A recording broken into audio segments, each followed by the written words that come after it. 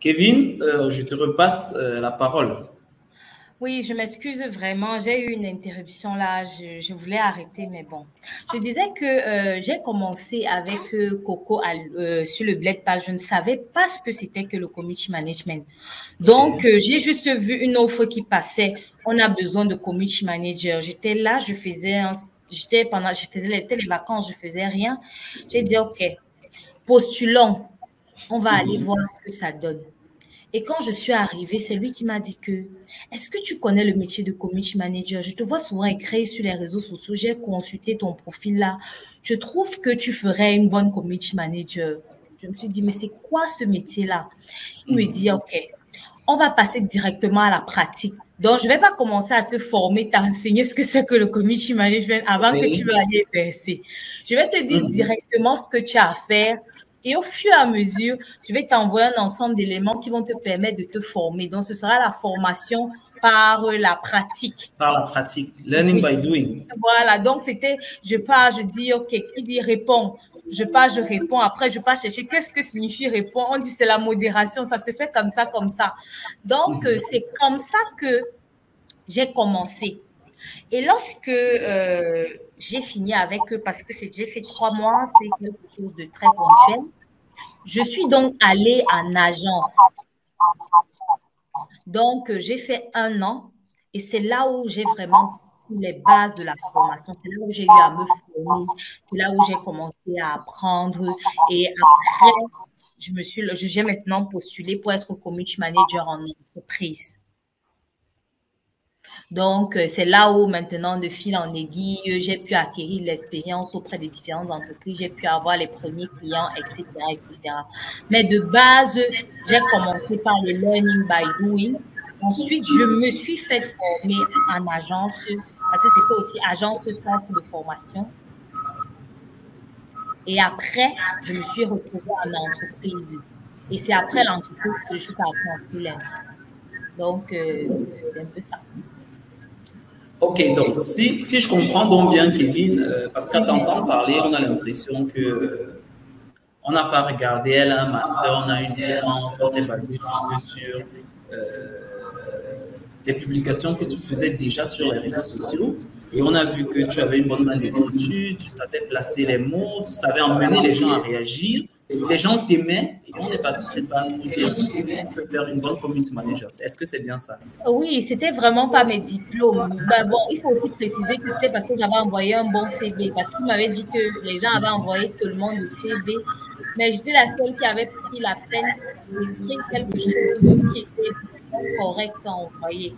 Donc, mais Ok. c'était vraiment pas mon background et tout, tout. C'était vraiment le fait que je savais, j'avais une certaine plume, il estimait que j'avais une plume, une belle plume qui pouvait aider, qui pouvait correspondre à ce métier-là. Ok, super.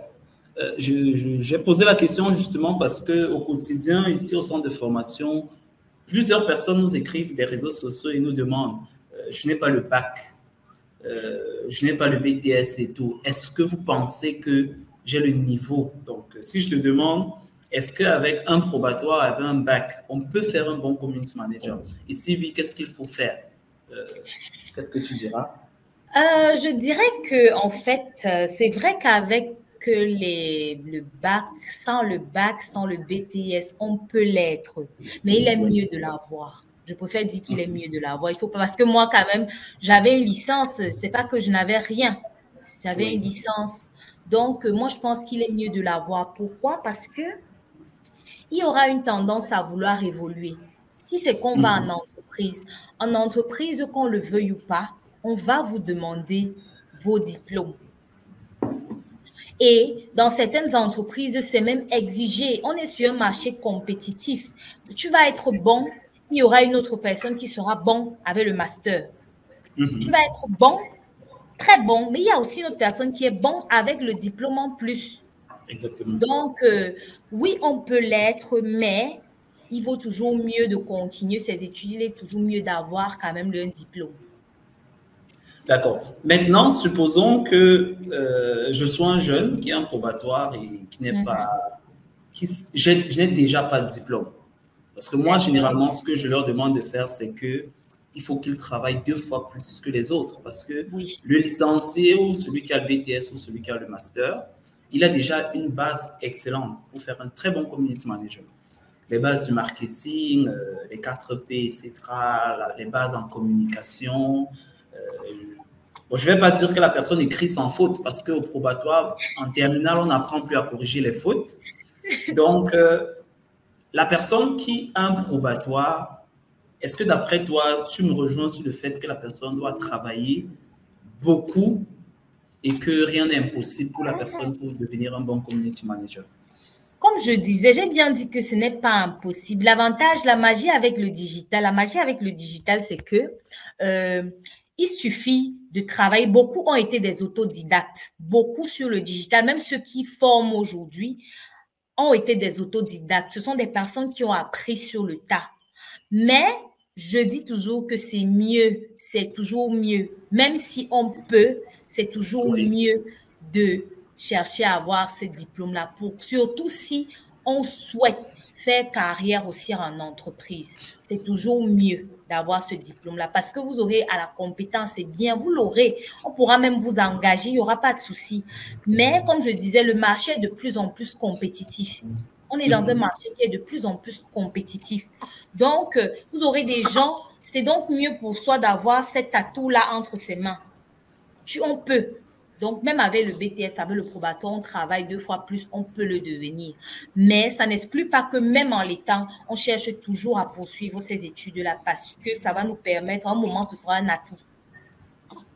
Exactement. Merci pour la belle précision. C'était important de préciser dessus pour que tout le monde comprenne que c'est un métier à la portée de tous. C'est la porte d'entrée, en fait, dans les métiers du marketing digital et de la communication digitale en général.